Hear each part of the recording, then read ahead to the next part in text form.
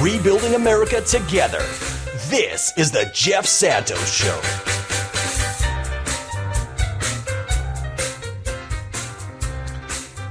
It is time to go to Seattle, WA, Pacific Northwest, and get a report from our friend, the activist, the musician, the great journalist. And, of course, we're talking about the one and only Mark Taylor-Canfield. Happy July, Mark. How are you? I'm great, Jeff.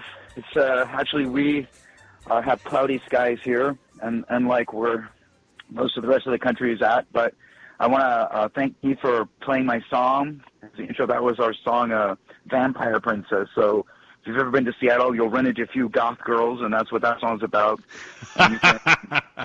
You can hear more of that kind of music and my MTC report at YouTube. So if people want to follow what I'm up to, that's a good place to go. And of course, lately I've been posting a lot about the Greenpeace campaign as well, because I've been out on the Arctic Sunrise touring the Salish Sea with some really great people from the Greenpeace organization. We have this huge campaign right now against the Trans Mountain pipeline and the tar sand oils, which are going to be shipped into Puget Sound at the endangering potentially an already endangered species, the orca whale in Puget Sound, of which we saw a pod, Jeff, while we were up by Rosario Strait, which is near the San Juan Islands and on the Puget Sound in Washington State. It's one of the most beautiful places in the world. And unfortunately, it's also the place where Kinder Morgan, the oil company that owned the Trans Mountain pipeline, admitted itself would be the most likely place for oil tanker spills because of the crazy currents there, which I witnessed myself as a sailor. I was really shocked by the crazy chaotic currents that go through that strait. So, Greenpeace is on a whole West Coast tour right now on this issue, and they're predicting 400 new tanker trips per year coming from the Trans Mountain pipeline, which the Canadian government just bought from Kinder Morgan. And a branch of that pipeline actually reaches into Washington State. So now it's a Washington State political issue, and we're hoping that our Governor Jay Inslee will come out against it, because we really don't want to see that much tanker traffic on the Puget Sound and along the west coast of Washington State. And if people want to find out more about that, actually, you can go to greenpeace.org/USA/ship tour. And you can also you follow it on Twitter using the hashtag No New Pipelines or hashtag Trans Mountain Pipeline. You know, it's outrageous, but I want to read a tweet that I just retweeted. This one from Kyle Griffin, and our good friend Representative Jan Schakowsky retweeted this as well. The White House and the EPA, fearing a public relations nightmare, apparently tried to suppress a report. Listen to this, folks, that showed U.S. troops and their families were potentially drinking contaminated water at 126 United States military bases, the New Republic reports. This is the people, you know, that we were talking earlier with our good friend Robert Kraig and Larry Cord before that. Oh, we got to concern ourselves with the military. The military, we're the greatest force, so we're going to put more money into the military.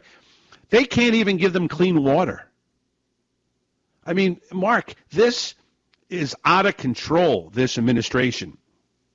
And I want to ask you, I don't know what Greenpeace is doing on this issue, but to me, if we can't even, people who give their lives, in the military, can't even have, clean water to drink, I mean, what does this say about the United States? Well, this goes way back, actually, to another Greenpeace action that I learned about while on board, which was trying to clean up former military bases in the Philippines, where they left all sorts of PCB toxic waste and things behind. So we also had a situation in Seattle where a freighter was coming in with potentially toxic waste from Guam, I believe, and a bunch of and from a military base, a U.S. military base on Guam, and a bunch of activists met them at the port, and the longshoremen and the Teamsters supported the protesters and said, we don't want this unloaded in Seattle. So this is not a new issue, but, it's one of the things that Greenpeace has been working on. And I wanted to mention before I forget, Jeff, I'm such a big fan of Robert Kraig and Herb Boyd, and I really think that on your program, you get some of the best analysis, really clear-headed, straightforward analysis of what's going on in terms of progressive movements across the country in resistance to some of the, let's face it, neo-fascism that we see coming from, some parts of the Republican Party. So I really want to thank Robert Kraig for doing such a great explanation and commentary on the Cortez election, because I think he's got it down and he knows exactly what he's talking about. So folks should be listening up whenever you hear Robert Kraig speak. Well, let me tell you, I believe that you have, and don't underestimate the role that you play on this show either, Mark Taylor-Canfield. You have tremendous access to some progressives in California, in Washington State, and the West Coast as a whole. And I saw that the Congresswoman was leading the charge on a number of issues we've had on this show, and and I want to get your thoughts on, the fact that another Democratic socialist, like Miss Sawant in Seattle, the great city councilor there, now going to be joined, but it'll be in Washington, D.C., not Washington State, by Miss Cortez.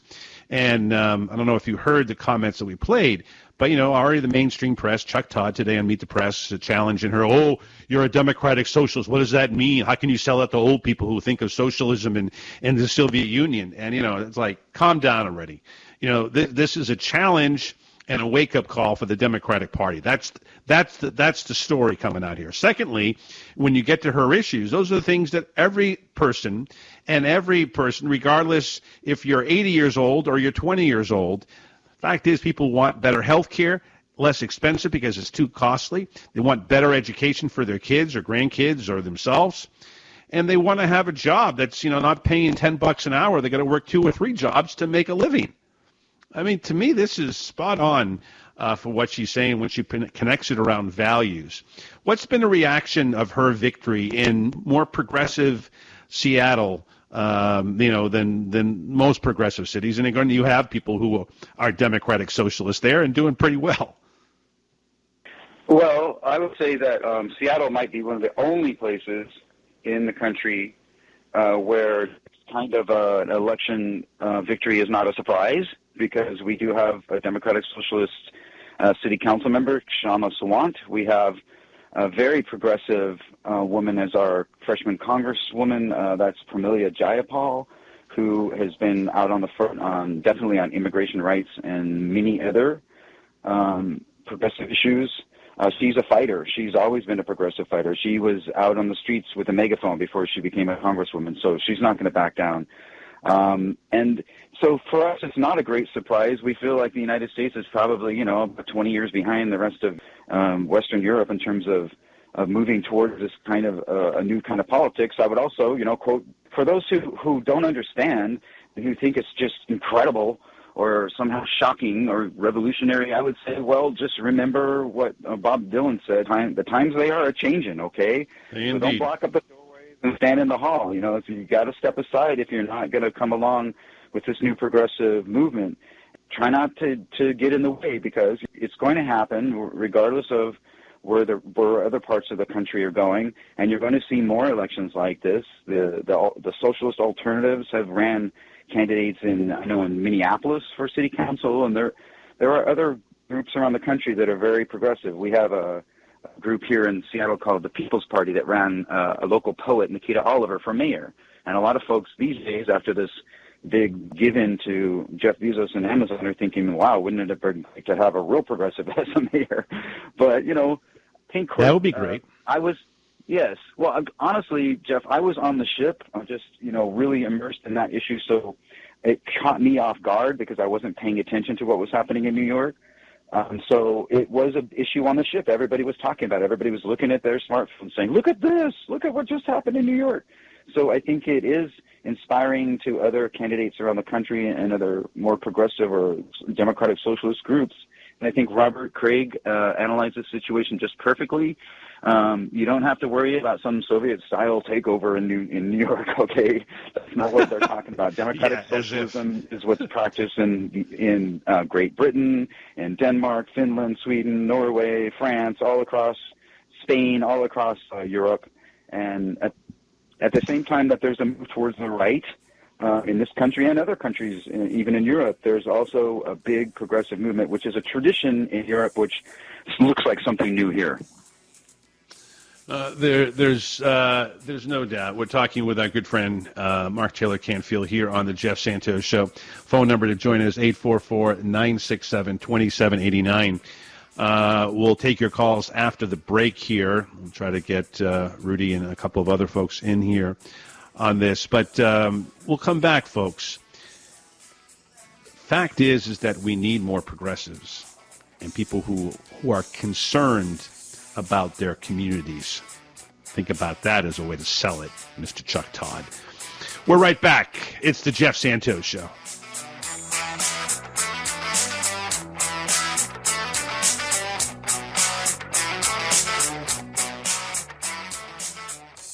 You concerned about speaking up at work? Do you feel like you have no say in your day-to-day work routine? Join Teamsters Local 344. Call 414-258-4545. Get a seat at the table. Join your brothers and sisters in negotiating for better wages, hours, and working conditions, and be part of the most powerful union in North America. Teamsters Local 344 covers sales and service throughout southeast Wisconsin and package and airlines statewide. Contact Teamsters Local 344 at 414-258-4545 or at local344.org. In the wake of a disaster, what one thing can you send that will help people the most? A blanket, a tent, a sandbag, a doctor. Actually, if you send a monetary donation, you send all these things. Even a small donation can make a big impact and can quickly become exactly what people affected by disaster need most. In the wake of a hurricane, your monetary donation can make a huge difference to those in need. To donate, visit supporthurricanerelief.org. That's supporthurricanerelief.org. Brought to you by the Ad Council. Music is a bridge between the material and the spiritual. My name is Harvey Lauer, and I'm 82. As a blind person, you have to be aware that nobody can tell you what you can or can't do. You really have to try things. My folks got me a little radio in 1940, and that was the best Christmas present I ever got. When I was 11 years old is when I started to play music, play the piano, and then the accordion, and then the cello. This is the Jeff Santos Show.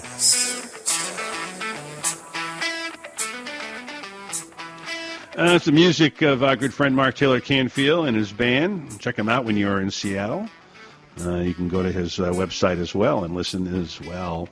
It is the Jeff Santos Show, 844-967-2789.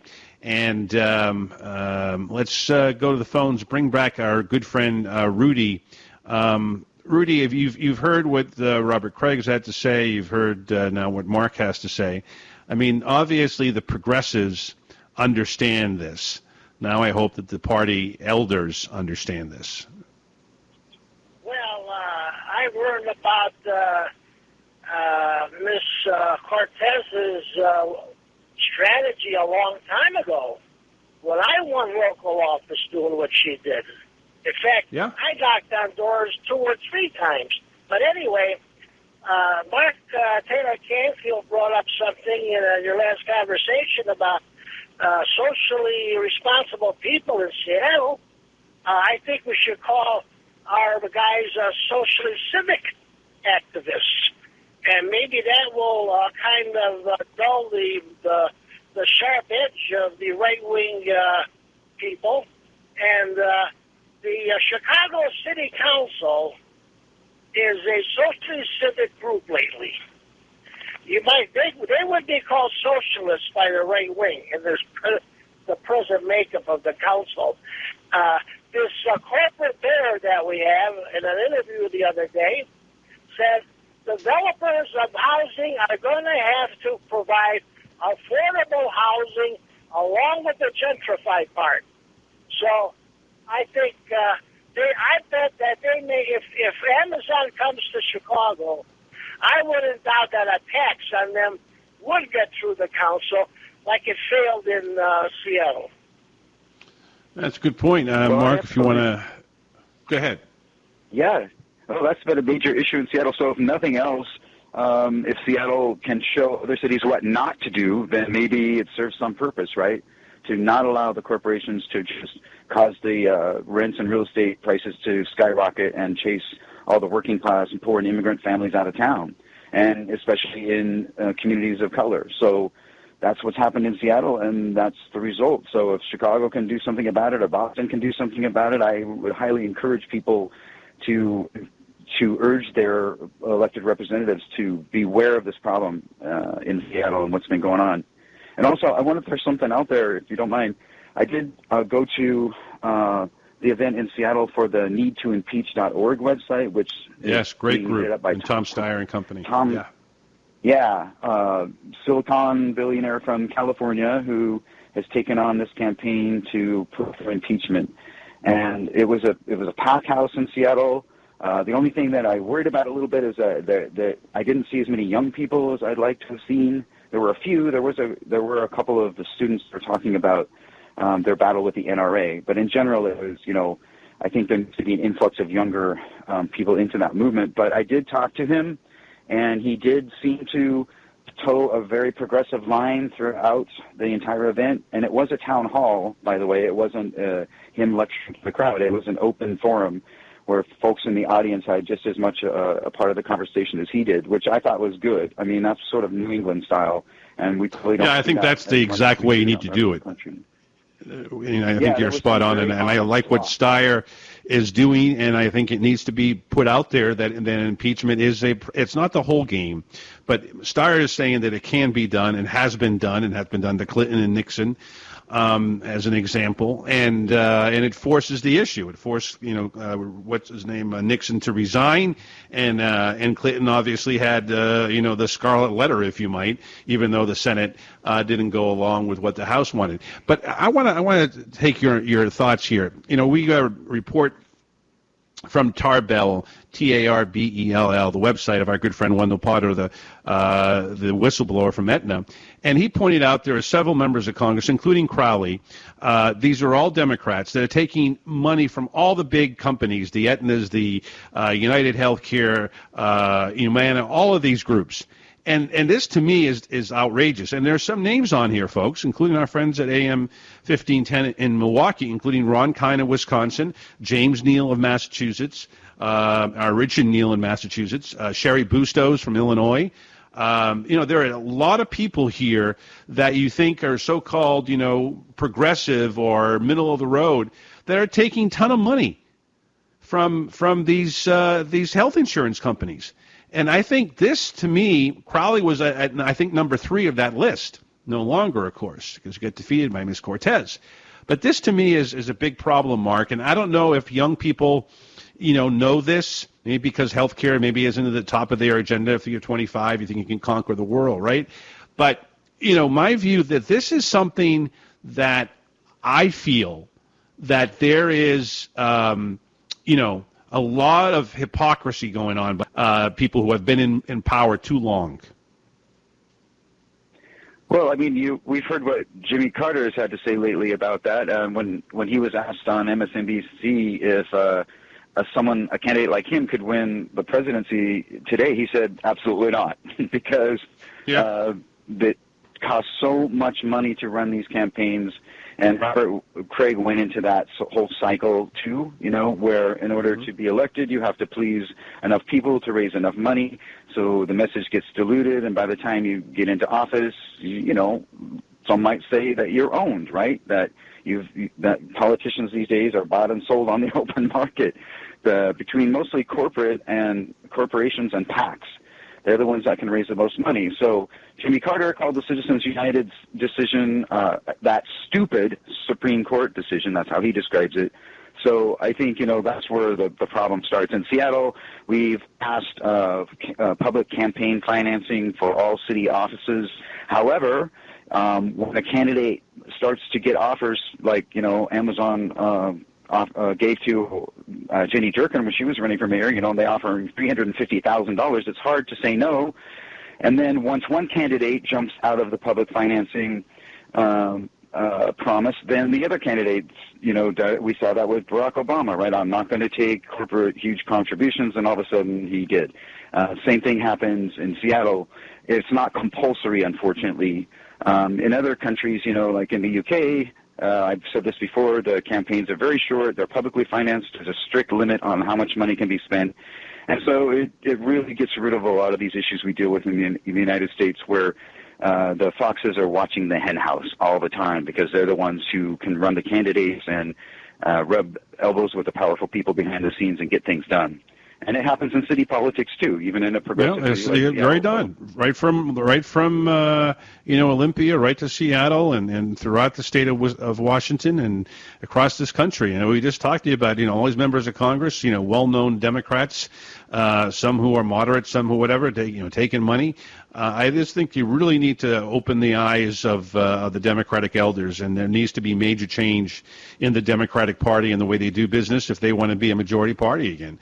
And being half-hearted, Republican light has shown over the last 30 years that that's not a winning way, because the Republicans have controlled either the House, the Senate, or the White House. And they've in one of the three for 26 of the last, I think, 35 years. And that's where we're at today. The Supreme Court. Yes, and some would say the Supreme Court as well. Right, exactly.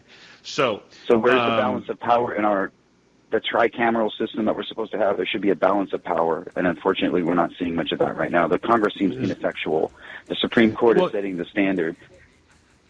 You're so right. And the fact is, if Democrats don't fight harder, fight smarter, and actually have people who are community-focused like Ms. Cortez, then they're never going to be the majority party, because they're always going to be, Me Too, not the real Me Too, but the Me Too and, we'll take money from health insurance companies. We'll do all these other things. We need more people like Ms. Cortez, Mark, and people like Ms. Savant. You're a city councilor. Keep on fighting, my friend. We'll talk to you in a couple of weeks.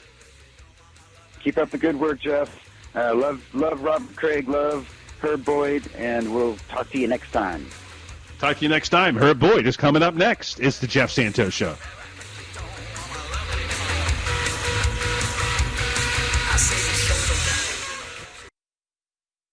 Dr. Tim Slecker, 11 a.m. to noon. Then it's the voice of the voiceless, champion of the working class. Earl Ingram's Saturday show is live from 12 to 3 p.m. Then Right Meets Left with the Joel and Joe Costa Show. Republican State Rep Joel Clayfish and Democratic State Rep Joe Costa Zamaripa go toe-to-toe from 3 to 4. Always streaming at newstalk1510am.com, Wisconsin's.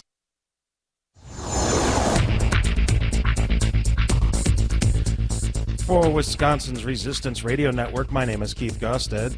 Harley's planning to move more of its manufacturing overseas. Harley-Davidson says it uses parts made from the U.S. when it can, but that certain components have no American source, forcing them to go overseas. 43% of all Harley sales are in foreign markets. The grand opening for the Bucks Arena is set for August 26th. And July 2nd is the deadline to claim your $100 child tax rebate. The Brewers stumbled yesterday against the Reds, losing 12-3. They're down right now in the second inning, 3-0. Milwaukee, it's 90 degrees and sunny. It's 87 and sunny in Waukesha, 84 and partly sunny in Madison. For Wisconsin's Resistance Radio Network, my name is Keith Gosted.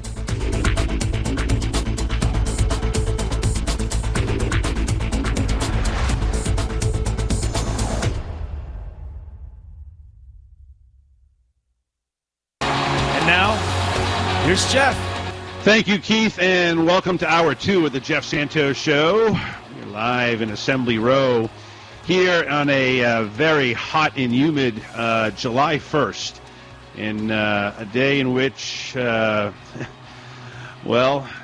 as the locals would say, wicked hot out there. It's 91 degrees in Somerville, and it is not going to be surprising if it continues to get hotter over the coming days. This is, of course, a day on which a lot of hockey and basketball fans are looking to see where their favorite player may go. We still don't know about LeBron James, but John Tavares, the NHL star for the Islanders, signed a 7-year deal with the Toronto Maple Leafs. We'll talk with Kevin Paul DuPont. The Bruins have made some minor deals. Well, I mean, not so minor, but John Moore from the Devils, they signed him to 7 years, a contract as well, play the left side, and Mr. Halak, former Islanders goalie, will play for them as well. But we want to start this hour and talking about a little bit what we discussed in the first hour, the Cortez win. And there's nobody better to talk about it than our next guest. He is a weekly regular here on the Jeff Santos Show, the executive director of Wisconsin Citizen Action, part of the People's Action Network. And he is the guy we go to for all things politics, particularly on the progressive side of things, what we're doing in states, what we're doing in Washington, what we're doing in the great marches around the country yesterday to keep families together. Time it was to talk to the University of Georgia. Well, because it's REM, he also went to a couple of other universities, but they don't have the connection to REM, so we got to play the REM song. Mr. Robert Kraig joins us. How you doing, Robert? Very good, Jeff. Good to be with you. Good to be with you, my friend. We got so much to talk about. I want to get into all the marches yesterday, thousands of people here in Boston, around the country, on this issue of keeping families together. But I want to get to what has been the hot political news story of the week, and that is the victory of Miss Cortez in the Bronx. And I want to play, if we can, Mr. Keith, if you could play a little bit more of that sound from Meet the Press this morning for Robert, I would appreciate that, Keith. Let's start it from the beginning, if you don't mind.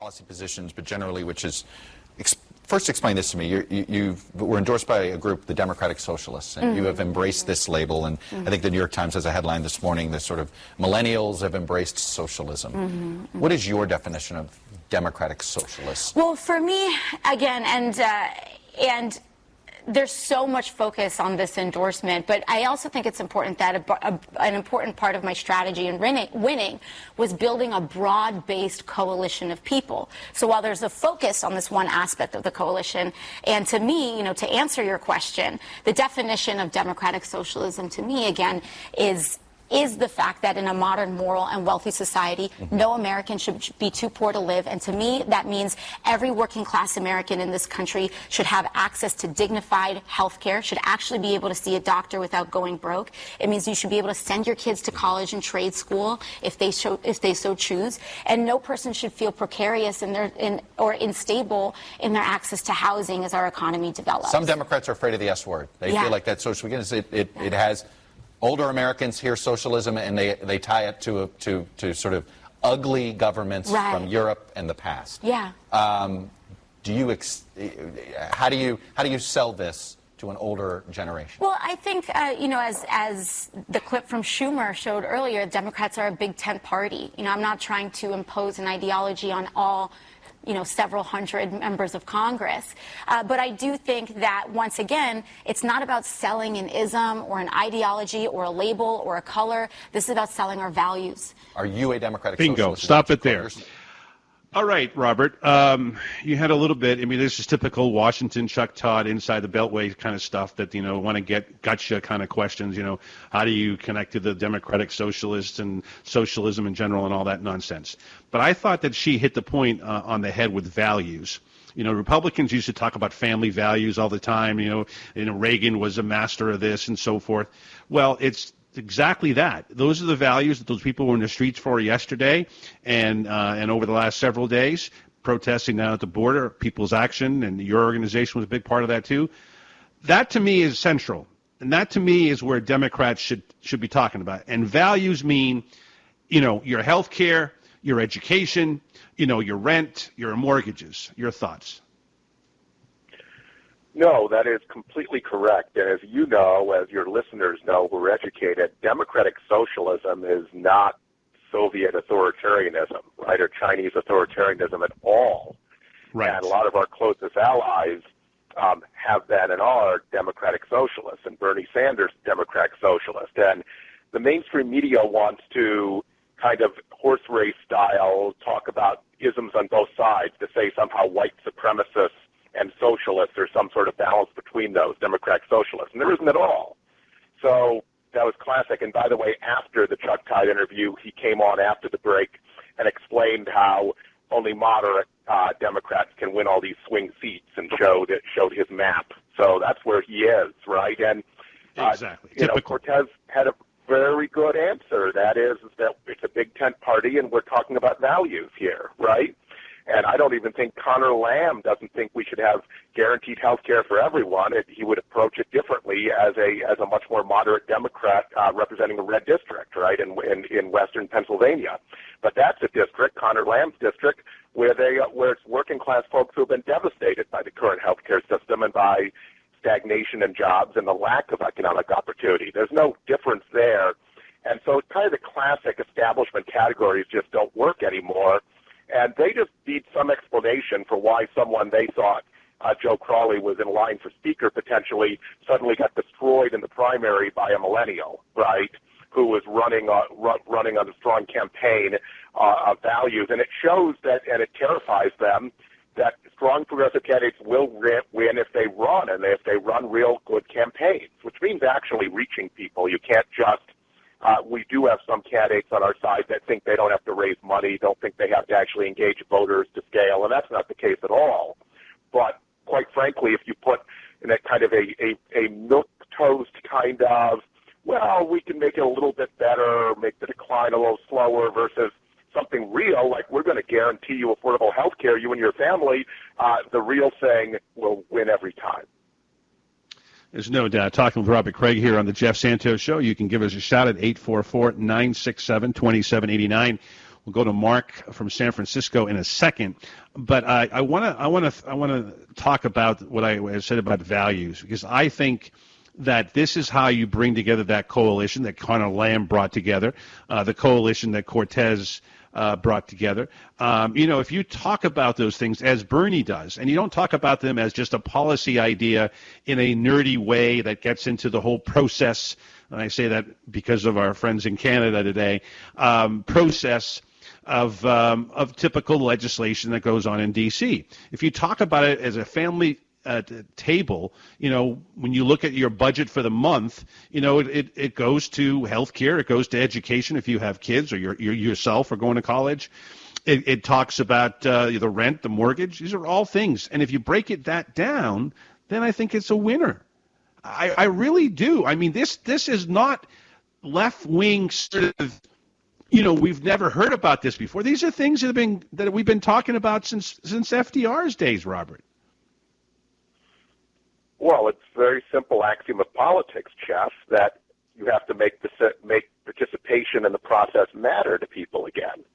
Right. And the problem with the Democratic Party lost its way, a lot of it. I'm not talking about people who identify themselves as Democrats. I'm talking about the folks who pulled the strings and run the campaigns, is that they had this formula where we need to raise a whole bunch of big money to pay the consultants, to pay television, right, to pay for the mass mail, et cetera. Yep. And then to do that, we had to be able to appeal to all the interests that will fund the campaigns. And that system it didn't work in a number of ways. That Republicans have more money, so we're outgunned. But then we're literally compromising on what matters to people in order to get the money, and then we're lost. Then the right-wing onslaught just gains momentum each and every cycle. And so you see this opportunity here where there's a new, strong progressivism arising, a lot of young leaders, a lot of voters who want it. You still have elements of the establishment that want to kill it and have tried to intervene, and we're talking about including the higher-ups in the House of Representatives in these primaries to try to make sure the progressive candidate doesn't win. But we can wring our hands about that, but the real way to do it is just to win, right? If the Cortezes of the world keep winning these primaries, then the establishment would get the picture. But then, of course, we have to do something conservatives don't have to do because they're trying to discredit our democracy, and that is when we win power, we actually have to govern. And not governing is devastating to progressivism because we're supposed to be the party of democracy and accomplishment, and that means developing and passing very good healthcare reforms that are huge steps towards single payer, towards Medicare for all, and actually administering them well. No doubt. Robert Kraig, our guest here. Let's go to the phones and talk to our good friend, Mr. Mark in San Francisco. How you doing, Mark? I'm doing well, Jeff. Robert, I want to bring up the fact we have an opportunity to really point out the Republicans' tax cut as a disaster. And it's basically been buybacks, and there's really been no raises for workers. It's just been a boon for the 1% corporations, and I think it is a way to really demonstrate the Republican Party's agenda and how they don't need to be in power to continue this. They want to do more tax cuts, and we should be screaming that this has been a complete failure for the American people. And I don't see a better way to really demonstrate that the Republican Party should not be in office. Well, I agree with that. Robert? Yeah, look at what's happening is that Republicans and CEOs and billionaires who may want to wash their hands of some of the Trump policies, not associate themselves with separating infants and young children from their parents at the border, are really happy to go along with getting these gigantic historic tax giveaways that are mostly for corporations and which are not being passed on, as the caller points out.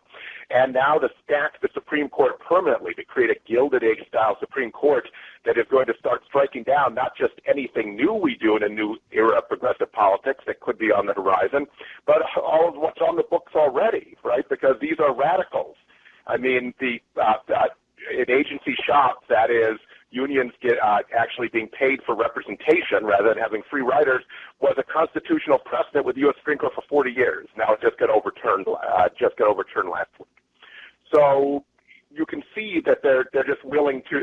It's about power, and all of the folks who are benefiting from the Trump administration ought to be tarred with all of the elements of the Trump administration, all the lawlessness, all the human rights violations. And everything else about it, that it makes us an embarrassment in the world to have such a kleptocracy, such an administration. So, in fact, Americans for Tax Fairness does a very good job, Jeff, of talking about the tax cuts and how terrible they are for every state. So I'd encourage callers to look at that website. But the caller's absolutely right that we need to harp on this over and over and over again.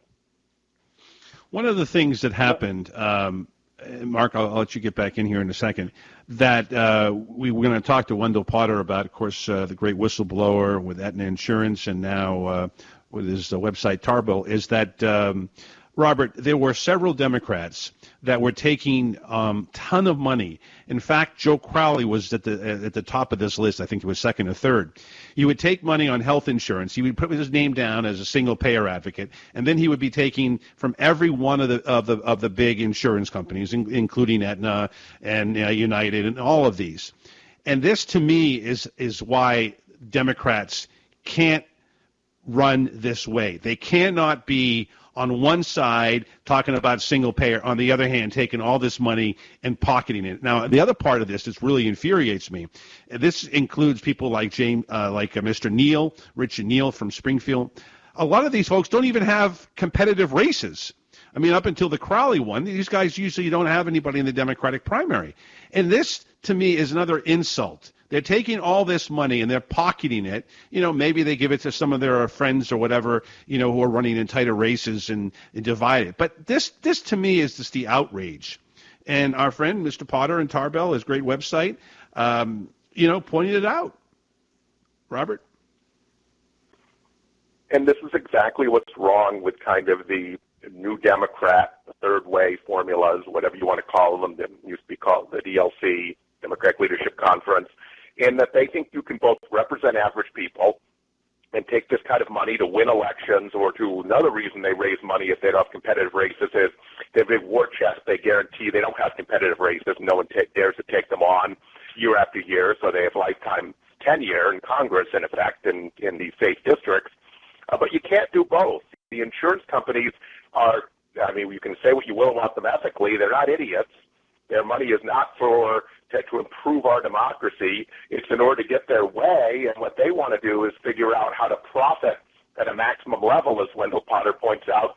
Damn the consequences. So if they can insure only healthy people and cut sick people off once they get sick or after they get sick, then they're happy to do that. And Wall Street's happy to finance them because they can get more and more outsized profits and pay CEOs immense amounts. I mean, these health insurance CEOs take ungodly sums of money and then try to figure out how not to insure anyone who might actually be sick and have significant claims.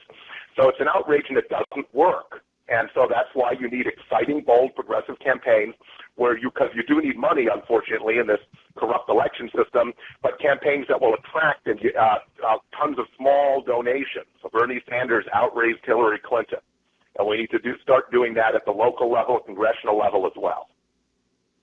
There's no doubt. Mark, I know you may want to get in, but I want to ask you, Mark, somebody you worked as a union leader as well.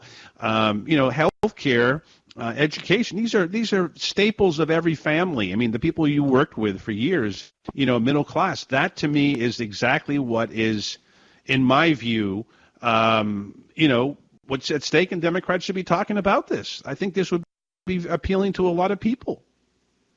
Mark? It should be, because I'll tell you this, for 10 years, we didn't really get a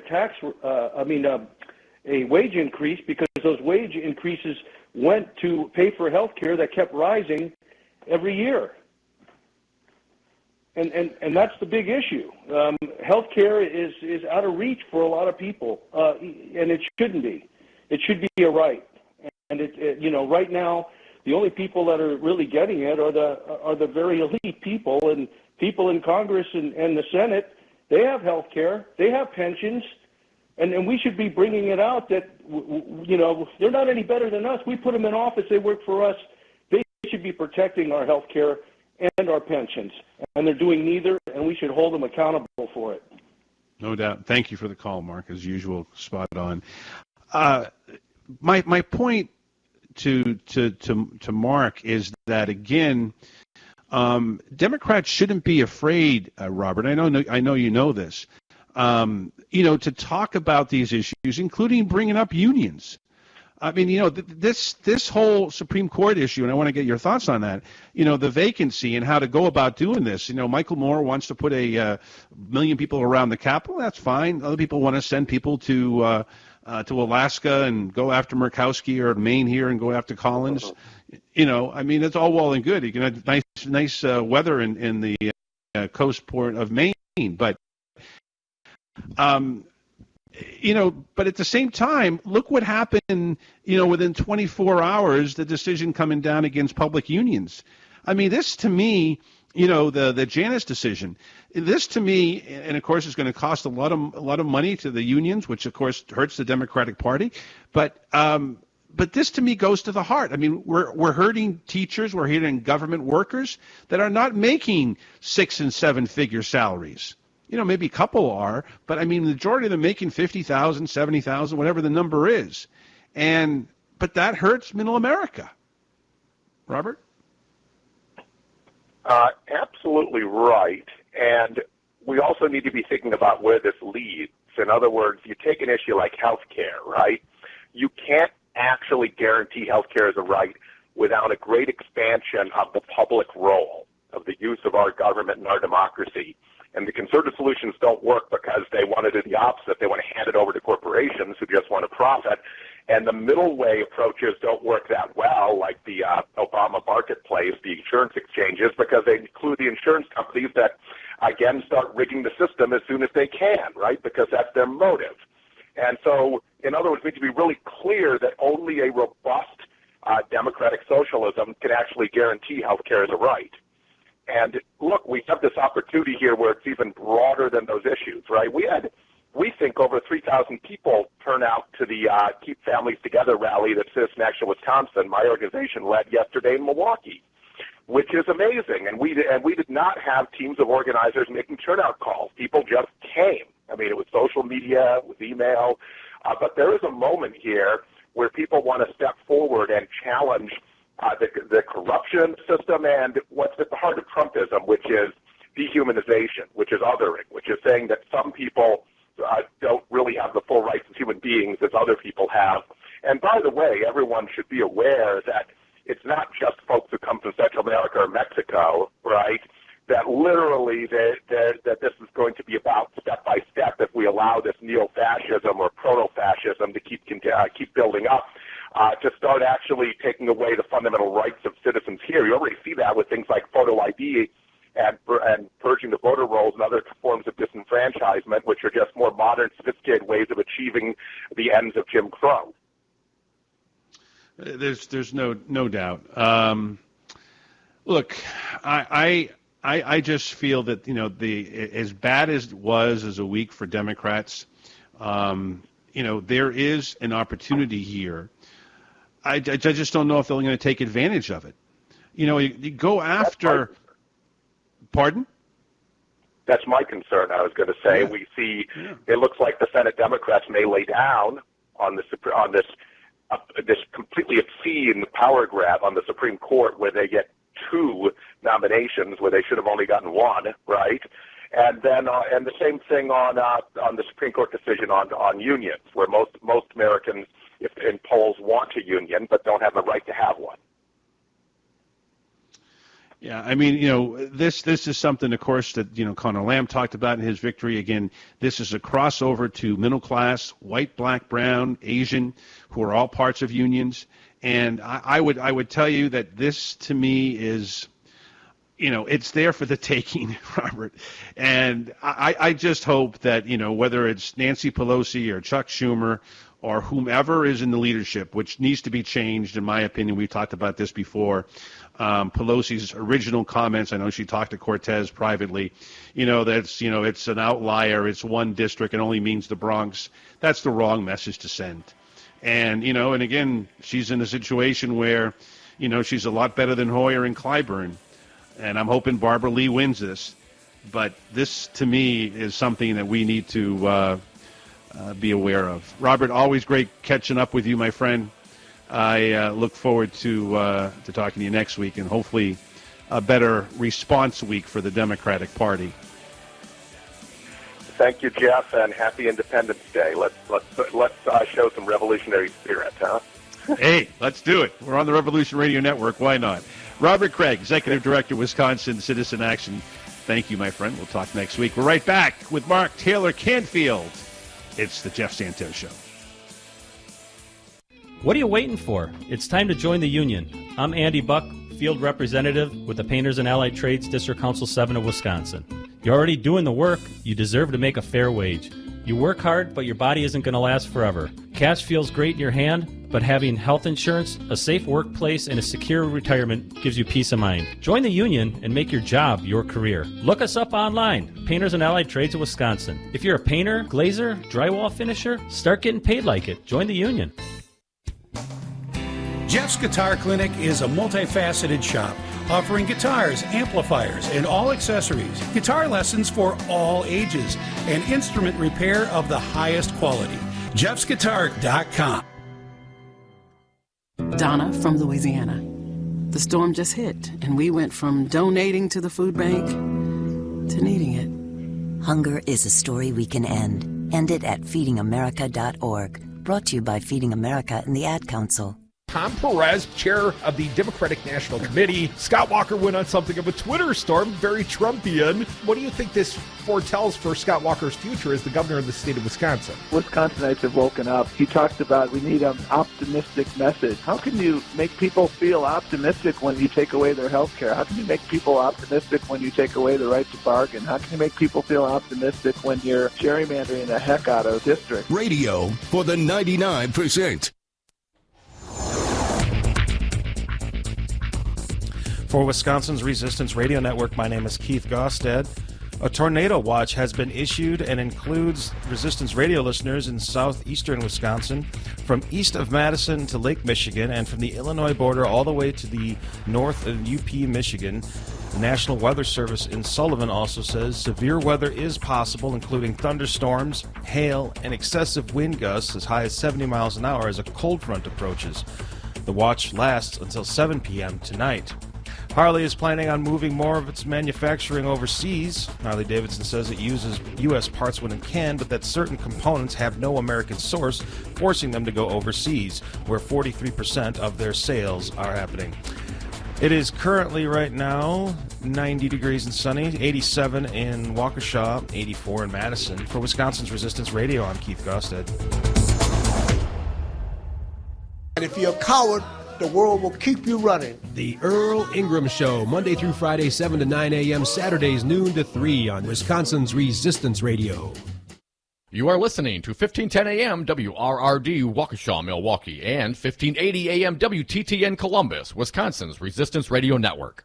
As of today, recreational marijuana is legal in Vermont, the 9th state to do it. I'm Michael. Do you love public education? Do you want to support your schools? Then you should support the people who make them work.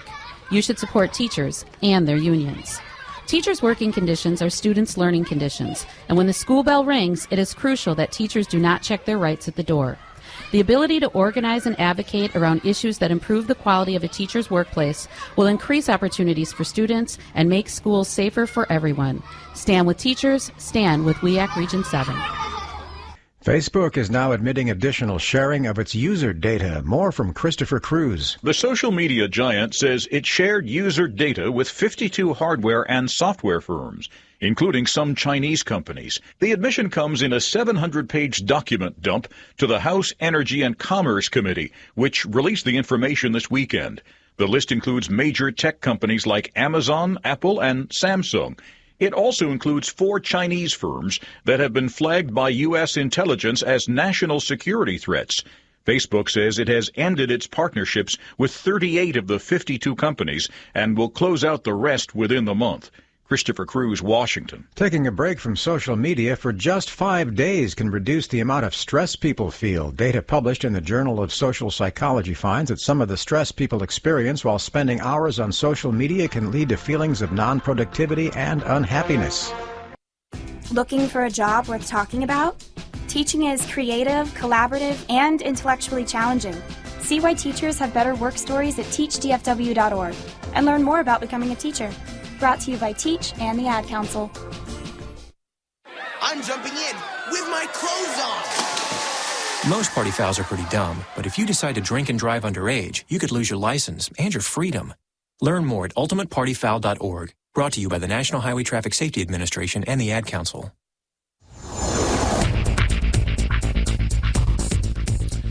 For Wisconsin's Resistance Radio Network, my name is Keith Gostad. A tornado watch has been issued and includes Resistance Radio listeners in southeastern Wisconsin. The watch extends from east of Madison to Lake Michigan and from the Illinois border all the way north to the UP of Michigan.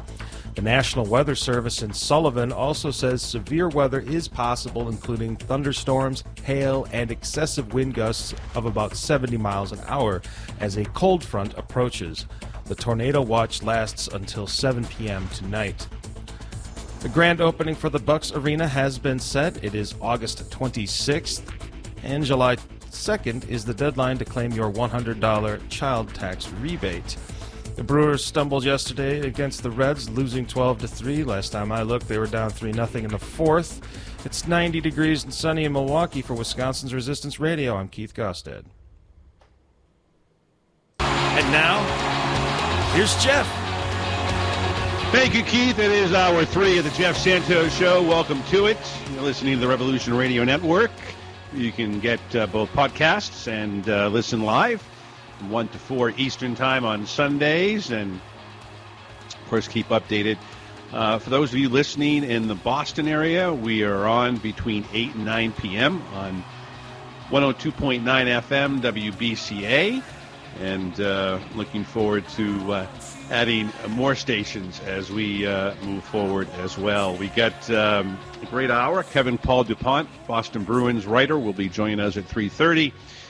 But we're going to start this hour with one of our regular and weekly contributors.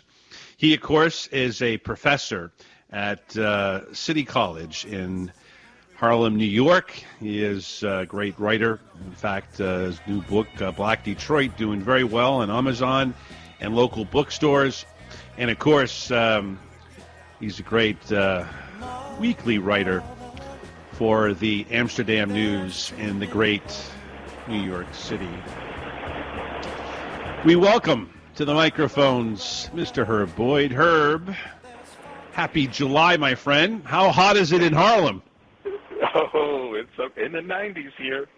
Yeah, we get the same thing, my friend. 91. That's kind of like across the country, isn't it? Yeah, it is. Too hot. Oh, Bring back some wave. 23 degree weather. Motown, the heat wave. Okay. Yeah, exactly. Well, before we leave that idea of the heat, this always reminds me of the concern that I always have, and of course this was greatly discussed during the movie Do the Right Thing, is that when it gets really hot and you don't have proper air conditioning for people who are paying the high rents in New York City. If you don't have pools for these kids to go and play in, you're creating a firestorm, and this has led to many civil disturbances because, again, the government spends more money on the military, spends more money on tax cuts for the top 1%, and people in the Bronx. We'll talk about what happened in the Bronx politically on Tuesday in a second. But I want to get your thoughts on this, because this is something that when the weather gets this warm, this hot, it creates a lot of problems. Never mind the electricity and the potential scenarios of our electricity grid that tends to go down. We've had major problems with that in New York. But talk to me about that for a second, Herb, because this is something that doesn't get any attention until it literally boils over. Yeah, that's absolutely true. In terms of some kind of way to cool off what is from one season to another in our communities here in this country, a certain kind of simmering racial discord. And all of that is fueled and intensified, exacerbated by police brutality. So what happens is, Jeff, it's just like a situation where, in any other time, maybe with the snow falling and a certain kind of discomfort, people assemble in the street. They get out in the street. They're out there in the street. They're rubbing up against each other in so many different ways. And if there's any kind of brewing hostility, a discomfort or social discord, it's exacerbated in the summertime because you do have people out there who are looking for some kind of relief from the heat. And all they're doing is getting intensification of it coming from, various social forces out there. Maybe an unemployment situation that, begins to indicate that you should be at work, but you don't have a job.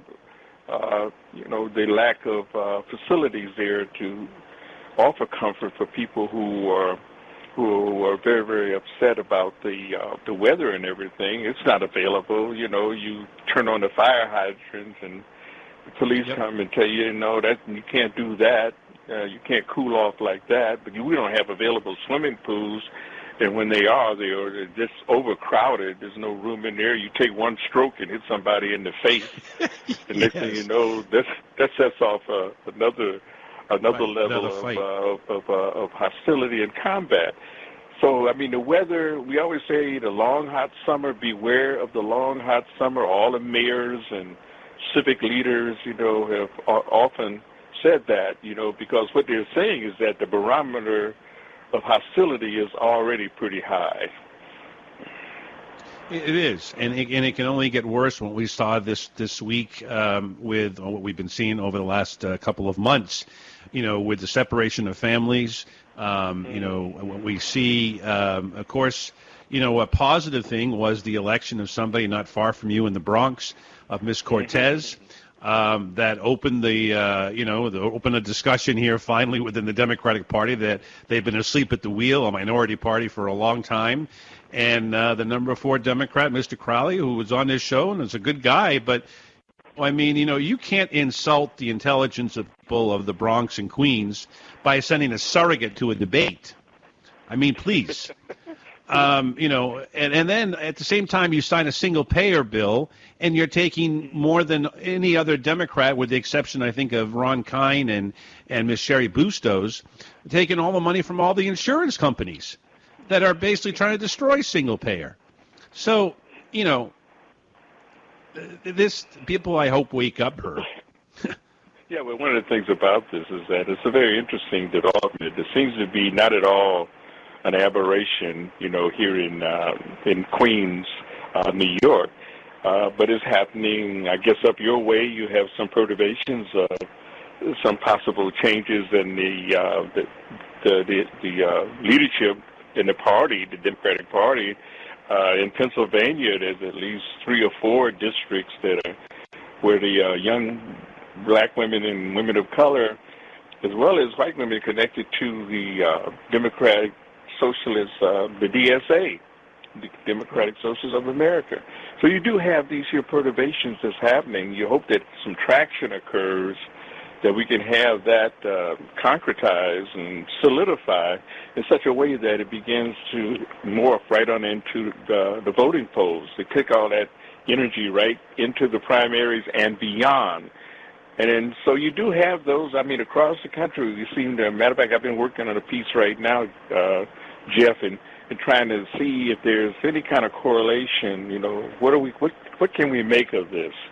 Does this signal a change, or we have some kind of a paradigmic shift going on, or this is just something that happens from season to season, and we can't make too much of it, and certainly try to superimpose that on any other elections, particularly larger state and national elections. But I think it's a positive sign, don't you?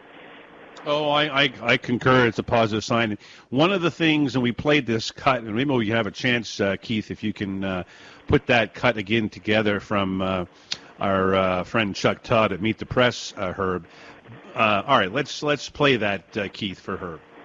Okay. Policy positions, but generally, which is, first explain this to me. You were endorsed by a group, the Democratic Socialists, and you have embraced this label. And I think the New York Times has a headline this morning, this sort of millennials have embraced socialism. What is your definition of Democratic Socialists? Well, for me, again, and there's so much focus on this endorsement, but I also think it's important that an important part of my strategy in winning was building a broad-based coalition of people. So while there's a focus on this one aspect of the coalition, and to me, to answer your question, the definition of democratic socialism to me, again, is the fact that in a modern, moral, and wealthy society, no American should be too poor to live. And to me, that means every working-class American in this country should have access to dignified health care, should actually be able to see a doctor without going broke. It means you should be able to send your kids to college and trade school if they so choose. And no person should feel precarious or unstable in their access to housing as our economy develops. Some Democrats are afraid of the S word. They feel like that's social. It has... Older Americans hear socialism and they tie it to sort of ugly governments from Europe and the past. Yeah. How do you sell this to an older generation? Well, I think as the clip from Schumer showed earlier, Democrats are a big tent party. I'm not trying to impose an ideology on all several hundred members of Congress. But I do think that, once again, it's not about selling an ism or an ideology or a label or a color. This is about selling our values. Are you a democratic socialist? Is that what you call yourself, or you don't want that label? It's part of what I am. It's not all of what I am. And I think that that's a very important distinction. I'm an educator, I'm an organizer, and I believe that what we're really seeing is just a movement for healthcare, housing, and education in the United States. Bingo. Let's stop it there, Keith. All right, Herb, you heard her. I know she's been talking a lot. Local media in New York, as well as all the networks which are based in New York, have had her on, the Today Show, The View, everything else. But what I think is most impressive about her, and great, well-spoken, attractive, young. You get all the things going for her. But she talked about values. Now, last time I checked, values is something Republicans talked about. Family values. Oh, everybody has to have a mom and a dad and 2 kids and blah, blah, blah, right? Well, values is health care for everybody. Values, white, black, brown, Asian. Values is having everybody a chance at an education. Only about 29% of Americans have a 4-year college degree. Where's the other 70% as the rest of the world passes us by? And a good job at a good wage. We talked earlier about the fact that a lot of people don't have a good job living in the inner city. Well, if you provide jobs that are at $15, $20 an hour, people aren't making the decisions of whether to go to work at McDonald's or sell drugs. So, I mean, all of a sudden you have a completely different thing. But that's something that, frankly, the Democrats don't talk enough about and don't share. I mean, the values in Harlem are similar to the values in Wichita and similar to the values in San Francisco. I mean, this should be not something the Democrats are afraid to talk about. Your thoughts, sir? You should not have that ambivalence, but I think one of the things about the ambiguity attached to values and kind of flipping the script, the same thing applies to the First Amendment. You find that that was something that we would be, free speech promoting and go to the mat with you on that one. And now you have the, particularly the Supreme Court, and 4 or 5 of the recent decisions, they've resorted to the First Amendment. So we have this here kind of topsy-turvy thing that's going on, whether you're talking about the First Amendment or values. But one of the things that I think Alexandria has really stressed and specified from the whole separation there and kind of posing it within ideological, constraining it like that. Of course, the older generation, when you say socialism, the next thing on their mind is communism. So already you have that separation in terms of the millennials coming in and beginning to express that. But it's hard to kind of pin it on any one thing about a particular election and what it may have been the deciding factor. I mean, there's so many different things that come into play. First of all, you are talking about a Latina who's in a section that is primarily, a Latin-based community. At the same time, you're talking about, the concerns of a incumbent who was looking down the road and not paying attention to the company store right there at home. Missing debates and what have you. That doesn't augur well for a candidate. And plus, he's like, people say he's been here, and we don't see any really dramatic, no increment of change, So why don't we try something new? And this young lady is making a lot of sense. So what I'm saying, Jeff, at last, is that, it's a potpourri of things there, and it's hard to put your finger on one particular thing that it might have made a difference. But I think, having a young woman there beginning to articulate some things about values, it's got to be weighing very, very heavily. No doubt. I want to get your thoughts on an issue that really hit home for me, and I know it's hit home for you. Working at small newspapers is a tragedy. Once again, gun violence in Annapolis, Maryland, at the Capitol, and 5 people lost their lives. And as a working journalist, Herb, I mean, I don't think you go into a newsroom and you fear for your life, but that's what ended up happening the other day. People are killed at their desks, writing copy, editing. I want to get your thoughts because, media is not appreciated. We're all lumped in. Obviously the Fox News is a lot different than what the Annapolis paper was doing. It's a lot different than what you do at Amsterdam News or what I did working at the Dartmouth Chronicle with 4 or 5 writers in the entire building. So I look at where we are, but I think we really need to appreciate and understand what journalists do, particularly at the community level. Certainly a horrific and terrible situation, and one that kind of strikes right at in my guts in terms of as a journalist in this country. And the first thing that hit my mind was Charlie Hebdo. I thought about the situation, in France. Of course, right. There's a whole different, this is apples and oranges, trying to see the distinction between those two different things, with you're concerned about Islam being depicted and characterized in such a way to offend the Muslim community, as opposed to having a president come out and say those kind of things in a very disingenuous, concern about, what's going on with the media. Because when he was on the campaign trail, one of the first things that came out of his mouth was that the media, that the newspaper, and these reporters are the enemy of the people. And it's hard for me to separate that from anyone who may have some kind of hostility whether it's a personal vendetta or not.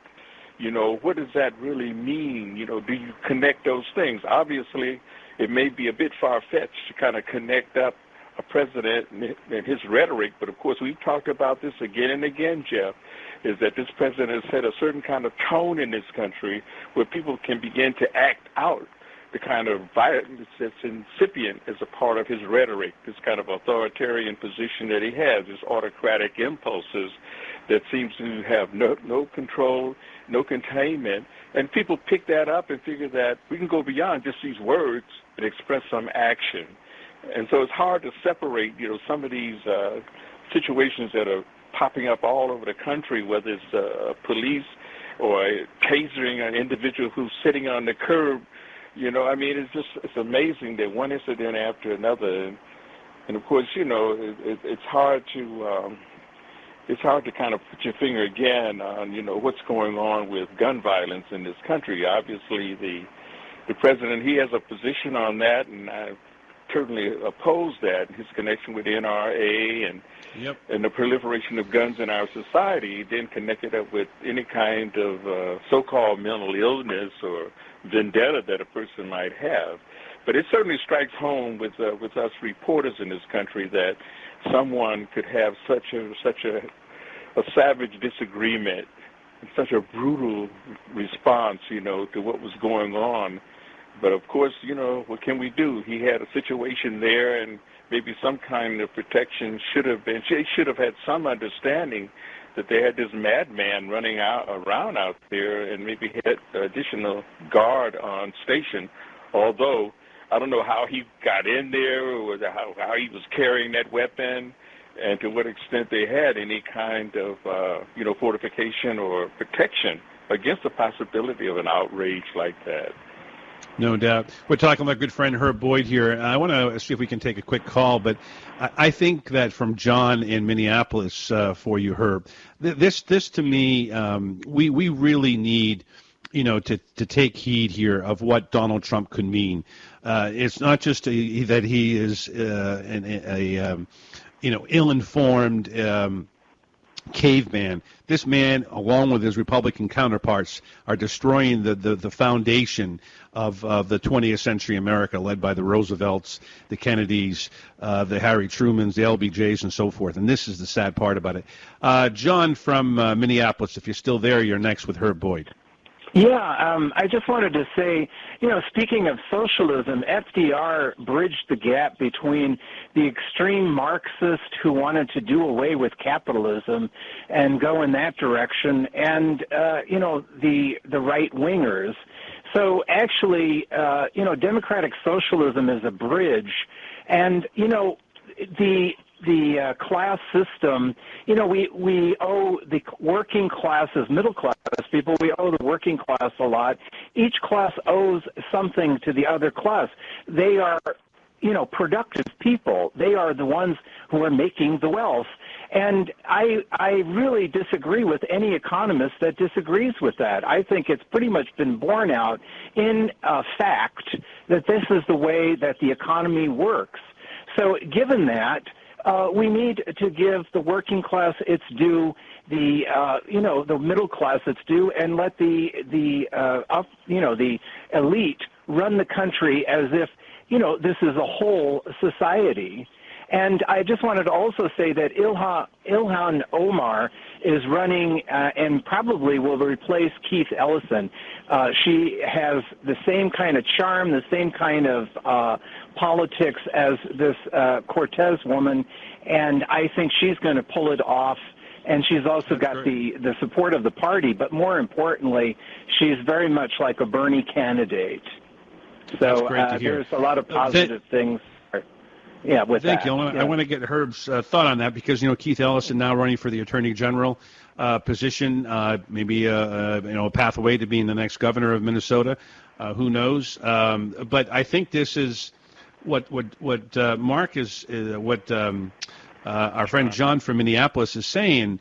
I think Herb makes a lot of sense, and we obviously need to move beyond just Miss Cortez. The other people.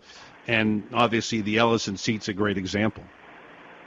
You're absolutely right, John, in terms of the kind of mitigating or the kind of bridge that the Roosevelt provided at that time, the distinction between kind of the hardcore, the militant radical Marxist-Leninists or communists of that time, as well as a milder form of that in terms of democratic socialist policies.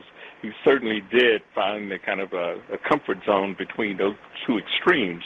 And the same thing with the whole notion of dictatorship of the proletariat. I mean, one of those things that kind of resonated in our society, that this dictatorship, really didn't go to the proletariat. It kind of morphed off into some presidential candidate, or absolutely in the uses and the impulses of our current leader.